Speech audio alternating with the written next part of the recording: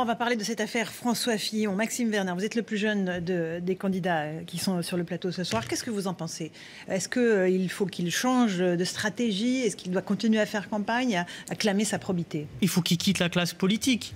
À un moment donné, il faut se poser la bonne question. Quand il va sur le terrain moral, ou pire, sur le terrain sentimental, enfin justement pas sur le terrain moral, l'enjeu, il n'est pas légal.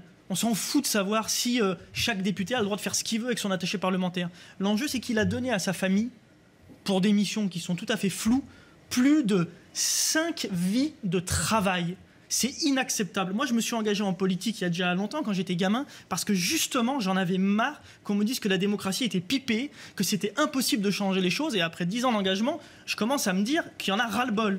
Qu'en effet, c'est peut-être dans le souterrain de la société qu'on peut faire des choses, parce que cette élection présidentielle, elle semble tout à fait nouvelle.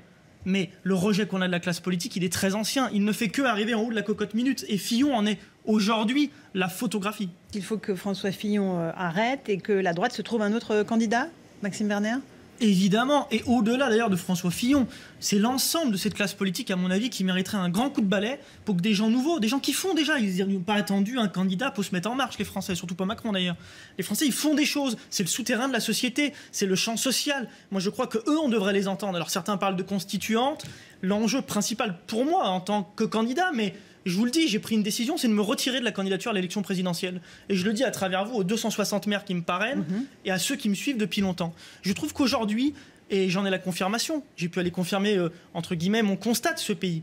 L'enjeu que je souhaite porter dans le débat, un enjeu générationnel, puis un enjeu éthique, à quoi ça sert de faire de la politique? Ça sert à transmettre aux plus jeunes, ça sert à leur transmettre un monde meilleur. Ça sert pas à continuer à faire de l'espèce de marketing pour servir ceux qui ont, ceux qui votent, c'est-à-dire en gros les sexagénaires.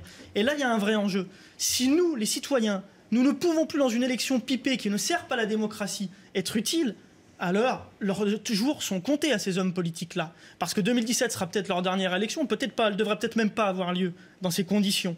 Moi, je crois que les Français vont être capables, dans les semaines, dans les mois, dans les années qui viennent, de s'organiser pour reprendre vraiment le pouvoir et pour faire de ce pays une démocratie juste et une république sociale, ce qui aujourd'hui n'est qu'une promesse mensongère. Donc là, vous n'êtes plus candidat à la présidentielle, on est d'accord? À partir de cette minute, je ne suis plus candidat à la présidentielle. Je suis un citoyen qui, comme des dizaines de millions d'autres, s'est battu pendant des années pour ne pas devoir aller voter blanc ou ne pas s'abstenir. Et je vous dis franchement, aujourd'hui, je ne vois aucune autre solution. Je crois que la seule manière de renverser la table et d'arrêter de se faire prendre en otage par ces gens qui font de la forfaiture à longueur de journée, c'est peut-être justement d'être une majorité de Français, eh bien, à ne pas aller voter, mais à donner du sens à ce geste. En votant blanc. Maxime Werner, un mot de la situation de Benoît Hamon, qui se voit critiqué dans son propre camp, qui a été élu largement, lui, en tête de la primaire, mais qui représente une gauche totalement opposée à celle qu'incarnait Manuel Valls. Quel avenir pour cette gauche-là? C'est le problème de la primaire. Aujourd'hui, vous avez des citoyens, à peu près 15% du corps électoral, qui vont voter à des primaires organisées par qui? Les mecs veulent du changement, ils vont voter à des primaires organisées par les partis politiques qui nous étouffent, qui étouffent la révolte citoyenne. Et au final, ils vont voter pourquoi? Pour une espèce de petit plaisir un petit peu sadique de dire « moi j'ai décidé, moi j'ai choisi qui pour aller à iTélé chez Madame Ferrari débattre pendant 3 mois et qui je vais devoir me coltiner à la télé toute la journée ». Le problème, mais il est grave, c'est que la démocratie et l'élection, avec son origine, dont on peut débattre ici, qui est finalement peut-être pas si démocratique, l'élection présidentielle, aujourd'hui, n'est devenue que ça, une course de chevaux. C'est ridicule, c'est risible. Et au final, nous, dont certains appellent les petits candidats, il y a tout, il y a à boire et à manger là-dedans.